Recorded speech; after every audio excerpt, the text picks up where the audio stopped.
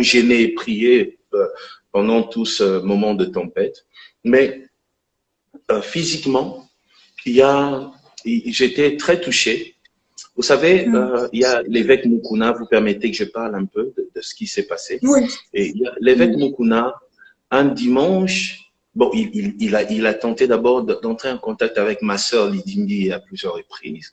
Et après, il a envoyé des avocats. Ça, j'étais très touché. Il a envoyé des avocats à un culte de dimanche. Et pourquoi? Il disait, je ne comprends pas pourquoi cette affaire prend beaucoup de temps. Peut-être que Moïse Mbie n'a pas des bons avocats. Je vais lui envoyer mes avocats et à ma charge. Il paye rien. Et ces avocats sont venus, mais on ne s'était pas croisés. Et je te dis, ça faisait je pense, plus de 15 ans que je n'avais pas vu l'évêque Mukuna. Plus de 15 ans. Vous voyez, un papa, plus de 15 ans, vous ne vous voyez pas. Et j'avais même pas son numéro de téléphone, mais il a cherché le numéro de ma sœur.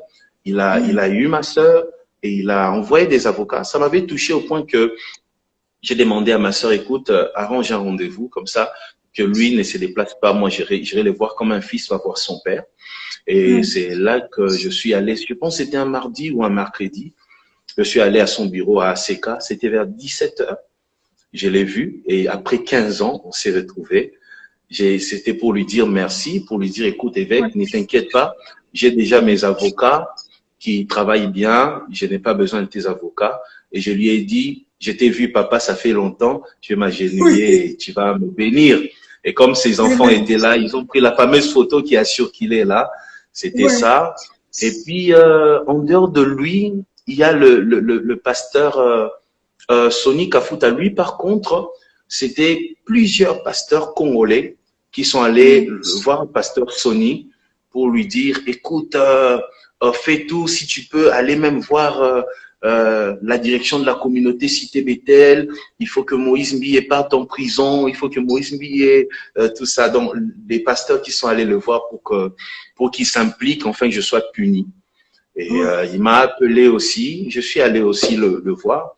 Il m'a dit qu'il me soutenait aussi. Et après, ce qui est étonnant, permets-moi de le dire, Ika, c'est que en dehors, bon, j'ai cité les deux grands noms, mais il y a aussi le Mama Amy Coutinho et son mari, Papa Coutinho Fernando.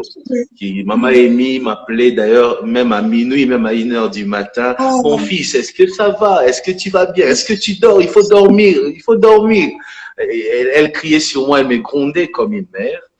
Et ils m'ont beaucoup soutenu aussi. En dehors de ceux-là, du côté de pasteur, non. Mais après, du côté de chantre, il y a mon frère Lord Lombo. Lui, d'ailleurs, il venait prier avec ma famille.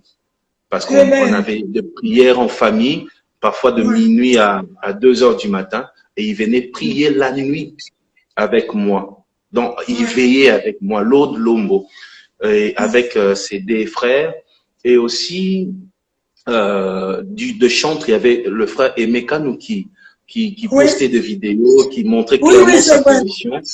Oui, mais en dehors de ça, je pense que les autres ont prié pour moi. Mais j'aimerais dire une chose importante. Ce qui m'a surpris, Ika, c'est que quand je priais, Dieu me disait, tu vas bénéficier d'un grand soutien, mais ça sera un soutien de personnes que tu n'attendais pas. Et moi, je me demandais c'est qui. Et je vais te surprendre, mais il y a eu beaucoup de païens, bon, de personnes qu'on appelle païens. Oui, voilà, des mondains, comme on dit. De mondains. J'ai vu, par exemple, un monsieur comme Kofi Olomide prendre position clairement à la télé pour dire qu'il était contre cet acharnement. J'ai reçu les appels de Fali Ipupa. J'ai reçu des messages d'Héritier Watanabe. Il y a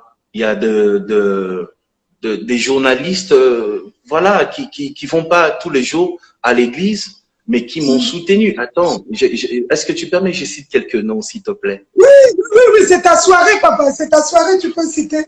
Merci. Comme je passe rarement à la télé, je pense que je passerai pas après. J'aimerais profiter pour évacuer. C'est ta soirée, on écoute. Alors, il y a un garçon qui m'a surpris. Je ne le connaissais pas. Je ne sais pas qui il est. Jusqu'aujourd'hui, je n'ai même pas parlé avec lui au téléphone. Jusqu'aujourd'hui. Je n'aime pas son numéro. Et je ne pense pas qu'il a mon numéro. C'est un certain Hera Ramsès. Oui, Un certain il est Hera Ramsès. ici en Europe, oui. J'ai vu, on se connaît pas, j'ai pas son numéro, il n'a pas mon numéro. C'était incroyable. J'ai vu Karine Mokonzi, en plus. Oh, elle, mais c'était incroyable.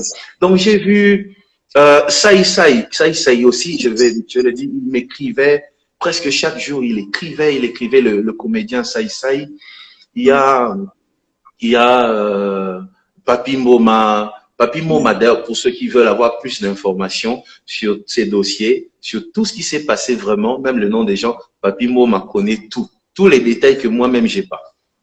Vous voyez, bon. il y a Nati Lokole, il y a Mami, il est là, des personnes qui m'ont soutenu. Après, il y a des hommes d'affaires, des amis qui m'ont soutenu, Guy Luando, les sénateurs, et des amis comme Eric Mandala. Eric Mandala et les politiques surtout aussi du côté de FCC. J'ai été très soutenu par les gens des FCC, par les gens des Cash.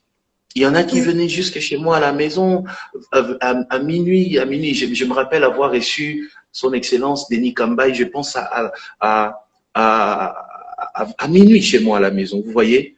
Et j'avais des gens comme ça, et j'avais des hommes comme Yves Kissombe qui me proposait d'être mon avocat gratuitement, vous voyez. Des gens comme ça, voilà. Et du côté de Cash, de IDPS, j'ai été fortement soutenu au point qu'ils en parlaient même dans leurs réunions. Et j'ai été soutenu aussi par les gens de la Mouka. Il y a, par exemple, le député Daniel Safou qui a appelé ma soeur pour dire « Donnez-moi juste l'autorisation de passer à la télé pour massacrer tout le monde. »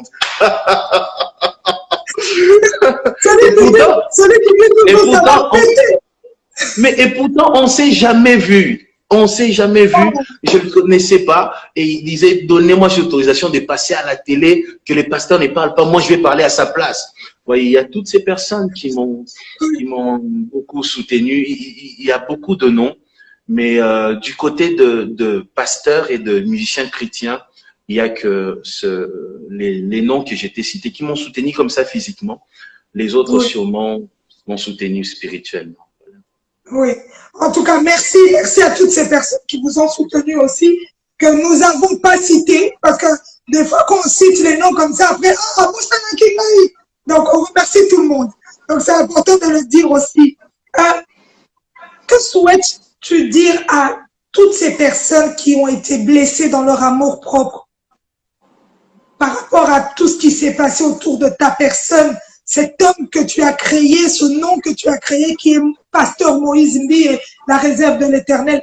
Qu'est-ce que tu peux leur dire aujourd'hui? Aujourd'hui, tu as la chance de t'adresser à ton public, à toutes ces personnes qui t'aiment sincèrement.